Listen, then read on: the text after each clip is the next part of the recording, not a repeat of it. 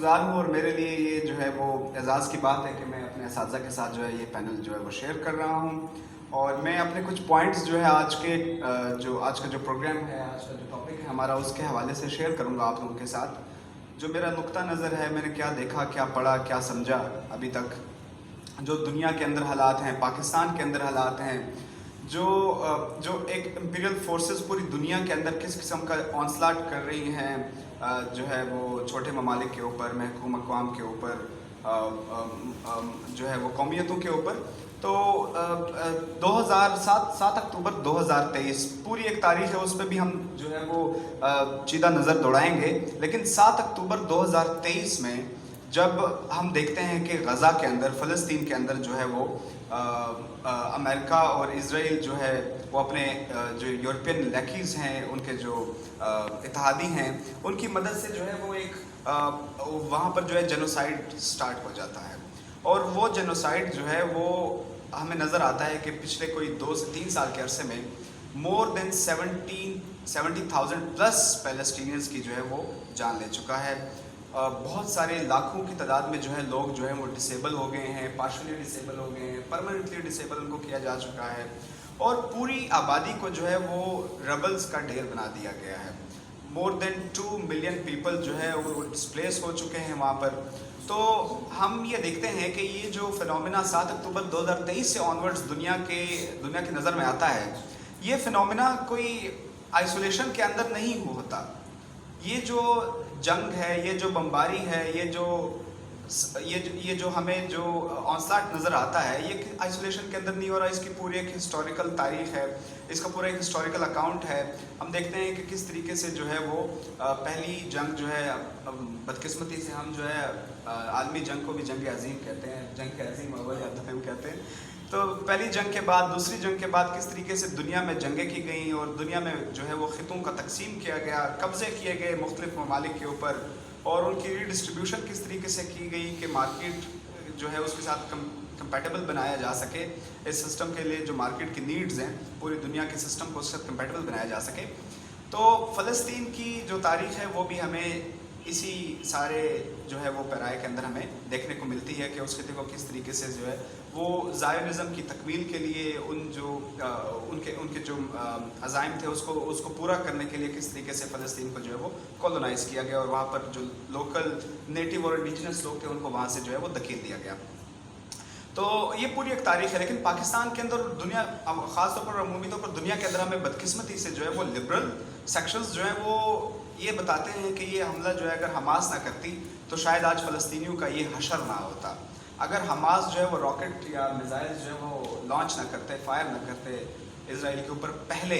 تو پھر شاید یہ جو صورتحال آج ہم دنیا کی دیکھ رہے ہیں، غزہ کی دیکھ رہے ہیں، فلسطین کی دیکھ رہے ہیں، یہ ہمیں نہ دیکھنے کو ملتی. تو یہ مکمل طور پر جو ہے وہ ڈسکارڈ کر دیتے ہیں اس کی ہسٹوریسٹی کو، اس کی تاریخ کو، اور اس کی جو پیچھے جو تاریخی افادیت ہے اس کو.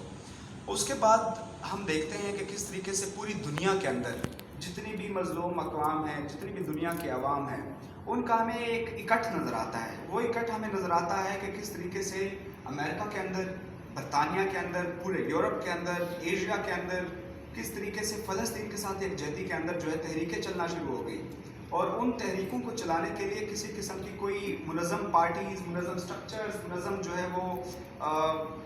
کیڈرز ایگزسٹ نہیں کر رہے تھے، بلکہ جو بھی چھوٹی چھوٹی جو لیفٹ کے پروگریسو جو گروپس تھے پوری دنیا کے اندر، انہوں نے جو ہے وہ مل کر ایک ساتھ جو ہے وہ اپنے الائنسز جو ہے کولیشنز بنا کر پوری دنیا کے اندر فلسطین کے ساتھ ایک جہتی کے لیے مظاہرے شروع کر دیے. اور وہ مظاہرے ہم نے دیکھے کہ بعض شہروں میں دنیا کے تو ملینز آف ملینز کی تعداد میں ہوئے. پاکستان کے اندر بھی ہم نے دیکھا کہ لیفٹ نے بھی اپنا کردار ادا کیا اس کے حوالے سے کہ یہاں پر کام ہو سکے فلسطین کے حوالے سے، ہم کوئی ایسا جو ہے وہ پلیٹ فارم یہاں پر ڈیولپ کر سکیں. رائٹ کا بھی ہم نے دیکھا کہ رائٹ نے کس طریقے سے جو ہے وہ فلسطین کے سوال کے اوپر یہاں پر جو ہے وہ مظاہرے کیے. اور اس میں ایک خاص ہمیں فرق یہ نظر آتا ہے کہ پاکستانی ریاست جو ہے وہ رائٹ کو فلسطین کے حوالے سے جو ہے وہ خاص سپیس دے رہی تھی. جماعت اسلامی کے مظاہرے اگر آپ دیکھتے ہیں کراچی کے اندر اور باقی شہروں کے اندر، تو ان کے اوپر کسی قسم کی کوئی روک ٹوک کچھ بھی نہیں ہوتا تھا. اس کے مقابلے میں جو لیفٹ کے گروپس جو ہے وہ آرگنائز کرتے تھے پاکستان کے اندر، مختلف یونیورسٹیز کے اندر یا مختلف شہروں کے اندر، جتنے بھی چھوٹے بڑے جو ہم نے پروگرام کیے، اس کے اوپر ایک بڑی زبردست قسم کی جو ہے وہ ہمیں مزاحمت دیکھنے کو ملی پولیس کی طرف سے، جو ہماری انٹیلیجنس ایجنسیز ہیں ان کی طرف سے، یونیورسٹی ایڈمنسٹریشنز ہیں ان کی طرف سے، اور کسی قیمت پر بھی جو ان کو یہ برداشت نہیں ہو رہا تھا کہ ہم فلسطین کے سوال کے اوپر لوگوں کو اکٹھا کریں. اور اس میں مسئلہ ہمیں یہ نظر آتا ہے کہ فلسطین کے سوال کے ساتھ ساتھ ہم یہاں کے جو ہمارے انٹرنل کنٹراڈکشنز ہیں پاکستان کے اندر، کہ پاکستان کے اندر جو یہاں کی 25 کروڑ عوام ہے وہ کس طریقے سے اس سسٹم کے اندر رہ رہی ہے، کن کن مسائل کا ان کو سامنا ہے، پشتون کس قسم کی زندگی یہاں پر گزار رہے ہیں، بلوچوں کا پچھلے 70 سے 80 سال کے اندر کیا حشر کیا گیا، سندھیوں کا جو ہے وہ پاکستان کے اندر کیا سٹیٹس ہے، یہ جو کینال پروجیکٹ جو ہے وہ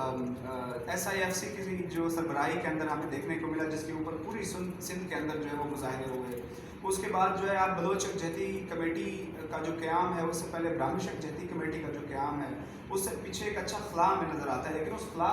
وہ خلا جو پر ہوا بلوچ یکجہتی کمیٹی کی قیام کی شکل میں، اس کے بعد جو ہے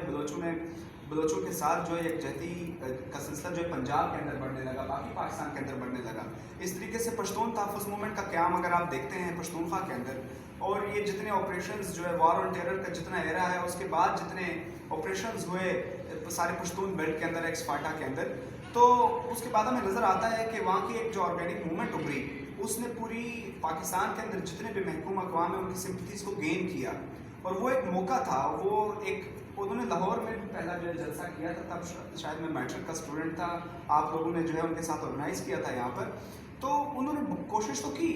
کہ وہ جو تحریک ہے وہ صرف پشتونوں کے مسائل تک جو ہے محدود نہ رہے، اور اس کا جو ڈومین ہے اس کو بڑھایا جا سکے، پنجاب تک بڑھایا جا سکے، سندھ تک بڑھایا جا سکے. کراچی میں بھی وہ گئے، بلوچستان میں بھی گئے، لیکن لاسٹ ٹائم جو منظور پشتین کا اریسٹ ہوا تھا وہ ہوا تھا چمن ڈسٹرکٹ کے اندر، جب وہ بلوچ یکجہتی کمیٹی کے ایک جلسے میں شرکت کرنے جا رہے تھے.